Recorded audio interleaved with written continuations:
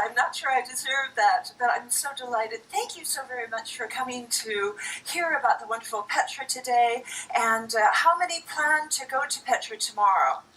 Holy smokes! Ay, ay, ay. I'm in the spotlight. And how many have been to Petra before?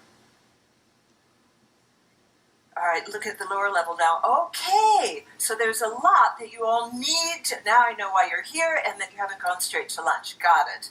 That's a lot of people. There are going to be a lot of buses going to Petra. Hey, did anybody hear that wake-up call this morning about 3:30 when they... yeah, you all... Oh, and I was so afraid because I said, I hope this doesn't mean that we're not going to be able to see the Suez Canal. But we woke up this morning and there she was. We could just see both sides. It's exciting, isn't it? Has anybody had the chance to kind of sit outside and see what's going on? Boy, you guys have been a lot busier this morning than I have been. So, all right, so moving on from the Suez Canal, I have, by the way, I have to give thanks where thanks is due. Dr. Litz has lent me his laser. My darling husband, Timothy, who is somewhere. Tim, where are you? There he is. All right, that's the man that you need to thank for many, many things, including helping me understand why the laser did not work. Remember yesterday? So, I mean, the smartest thing I ever did was to marry this man. He keeps me on my toes, and he's much smarter than I am. So, which is a good thing. So he said that I have to. It's LEDs. This is why the screen is so beautiful when we look at it, and it's 21st century technology. And the problem is that I was using a red laser printer, so it was like a black hole when we use it into the LED technology. But Dr. Litt, another one of the speakers on board, who's been giving some fabulous presentations, he stopped. Well, actually, his darling wife did. And so they stopped me when I came in. They lent me their laser, which is going to work. Can you see that little green light? Is that not wonderful? So I want you all to thank Dr. Yay! Shout out for Dr. and Mrs. Litt. You all you're just wonderful today. Thank you so very much. All right, so let's talk about this lost city. All of you, or most of you, are going to see it tomorrow, but few have been there before. We have been there, and it is just mind-boggling. And there we go. So this, of course, is the ancient. This is the iconic photo of Petra. I'll try to. Am I in your way, sir? Can you see around me? All right. Okay. I'll keep moving. But anyhow, what is so wonderful and what is so special about Petra is that it is not built from rocks. It's built into rocks. And that is what distinguishes and makes it so very special. Now, the thing about Petra is not many people knew about Petra, and it certainly wasn't a tourist site until, I'm one slide ahead of myself, until this. The honest truth. I am not kidding. I wish I wanted to, bless you, I wanted to play a bit of the clip of Indiana Jones when they're standing in front of the treasury. Who's seen Indiana Jones? Yeah. Okay, so then you're all, you don't need to see Petra. You've seen it all, right? No, I'm just kidding. But this is what made it a very popular tourist destination. And as I hear, we're now like 1 million people are going there. So, but this is just 1989, but we're talking about thousands of years ago that Petra thrived. The Neolithic villages have been found there from 7,000 BC. And then what's interesting to me is that with the Edomites, the capital was Sela or Sela, and it's mentioned in the Bible and it means rock. So I thought that's very interesting that way back in the Bible we're even talking about that. So the Nabateans, who are the ones who built Petra, they settled it there around 6th century BC. I mean, I just throw these dates out like they're, yesterday or the day before yesterday. They created their own script, they built dams, and water channels. And I'm going to talk about that because their ability to build water channels and dams and save water is what made them so prosperous and strong and the leaders in the region. Now, for those of you, the few of you who raised your hands, and you've been to Petra before, was anyone there in the 1980s or the 1970s? One, yay, way back there. Were you, anybody else? But of course, Dr. Litz and his wife. So do you remember when the Bedouin were living there? Yeah, and you saw all the smoke and the walls and all of that? I mean, it's quite extraordinary. So were you in the 80s or the 70s? You know, the problem is I don't have a mic. Can somebody halfway down tell me what she just said?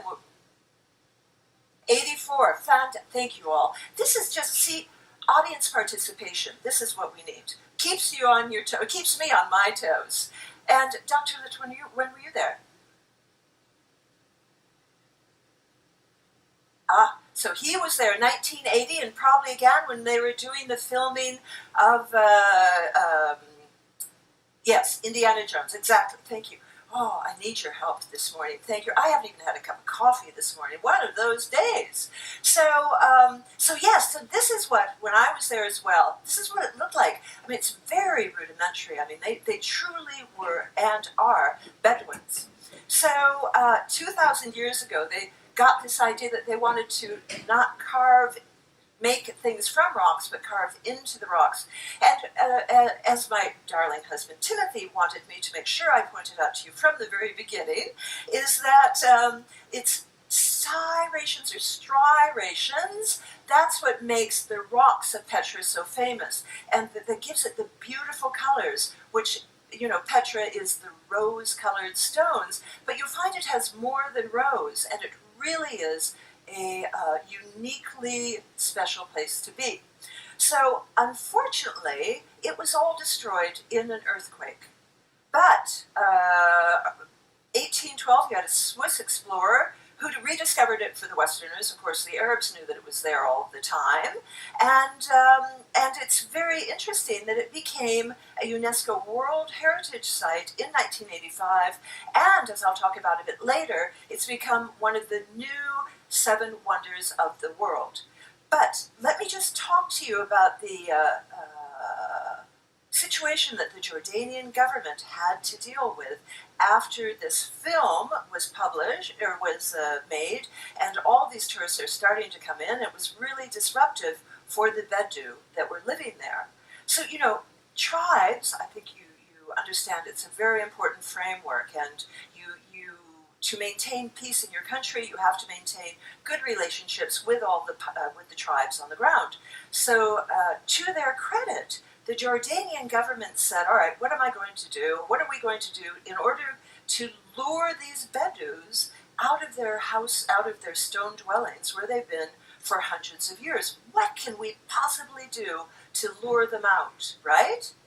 So, clever people they said, we'll move you to this wonderful oasis, which isn't too far away, but more than that, we will grant you the concession rights so that you can deal with all of the tourism. You have sole control for everything that goes on with the cafes, with the souvenirs, and so that's really a good deal. And they said, okay, we'll take it, we'll do it. So that's how they're able to get the Bedouins to move out of Petra. So the Nabatean, I mean, when you, just a shout out, when were you what time of the year were you there when you visited Petra? Was it hot? You would remember if it's hot. Yeah. She remembers the dust in the donkeys and the heat. This does not sound like a good way to promote Petra.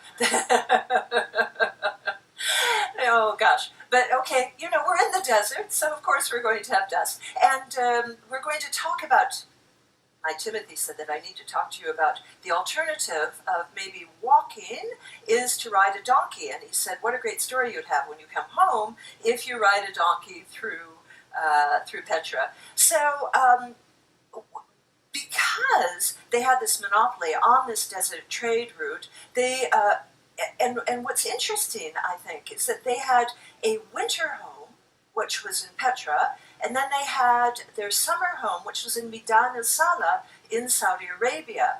And Midan al-Salah, the Saudis have suddenly decided that they want to develop tourism as well. I think they've taken a look at Dubai and some of the other neighboring Arab countries around them that are doing quite well, and they decided to open it up. So I have been to Midan al-Salah, and it's very easy to see from the architecture and their work in stone that, yes, truly you can see the Nabatean architecture there. So not much is known about the Nabatean people, but in Midan al-Salah, they have found names, they've been able to kind of gather their occupations, the gods that they worshipped, and a bit about the people that live there. So Petros, do we have any Greek speakers in the audience?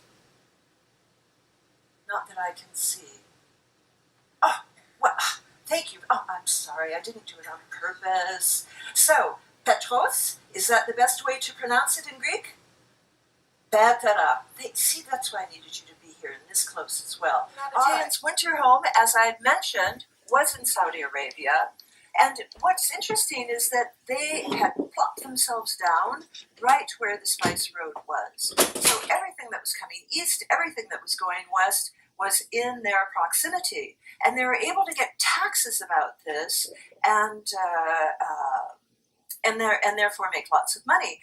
What I so appreciated about Dr. Litt's lecture, and I'm so looking forward to talking to him about this, is he appreciates the value of the incense and all of the spices that we're using. He spoke to you a bit about that yesterday. And so here you had caravans coming through from Arabia, from Africa, India, all of that was coming through for their, and they were taking a tax with all the caravans coming through. So again, as I had mentioned earlier, and I will show you some photos about this, their ability to capture water in this very hot desert climate, which is what allowed them to be so strong there. What I think is interesting is that Petra has been appreciated throughout the civilizations by the Byzantines, by the Romans. I mean, there are forts that are there. There are churches that have been found nearby. All of that is within the Petra township. So automobiles, this is where we go into what my Timothy was recommending that I recommend to you. Automobiles are strictly prohibited there, and you do have a bit of a long walk. So we'll talk a little bit about the idea of the horse-drawn carriages and the donkeys, but I'm going to do that on my... So here are the 10 places that you can visit when you go to Petra. And I think it's important to realize that when you kind of come out of the Sikh, when you come out of this long kilometer walkway, and then you see the grand treasury in front of you, you think, well, that's it then. It's not. There's much more to be seen. That's sort of like the opening, sort of the teaser to get you to see the rest of the place. So we have the entrance, Bab. Bab, it means door in Arabic. And Sikh, so that's what you're going to have to walk through. And then we have the treasury, or Al-Ghazna, streets of facade. We'll talk about all of these. We'll give you some photos as well. The theater, the royal tombs, colonnaded street, the great temple, monastery. Oops, sorry, only 9 to visit, not 10. But the monastery is the last destination there. There it is. I thought I had 10. High place of sacrifice. It's a hard walk to get up there, but once you're there, it gives you a breathtaking view of the area. So here is a bit of an outline as to how it's going to be when we arrive. We're going to be dropped off in this vicinity. Here's the entrance. Oh, I can see these LED lights now. Here's the entrance into the Sikh, that long chasm you're going to walk through. And then you arrive here at the Treasury, which you recognize thanks to Indiana Jones. Then we'll go up here to the street of the facade, the royal tombs, the theater, the colonnaded streets, There's a museum there, and way up there is that monastery. So be sure to wear comfortable walking shoes.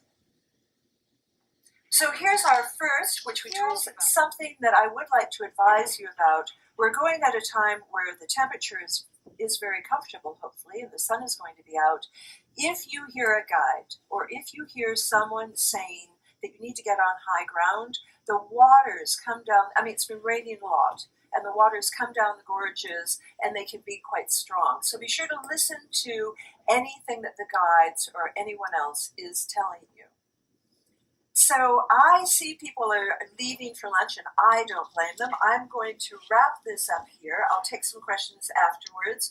But be sure to come back. Be sure to have a great lunch. But don't eat hamburgers and French fries, because I want you to be alert to hear Dr. Isbou's wonderful presentation that he's going to give on the Exodus from Egypt.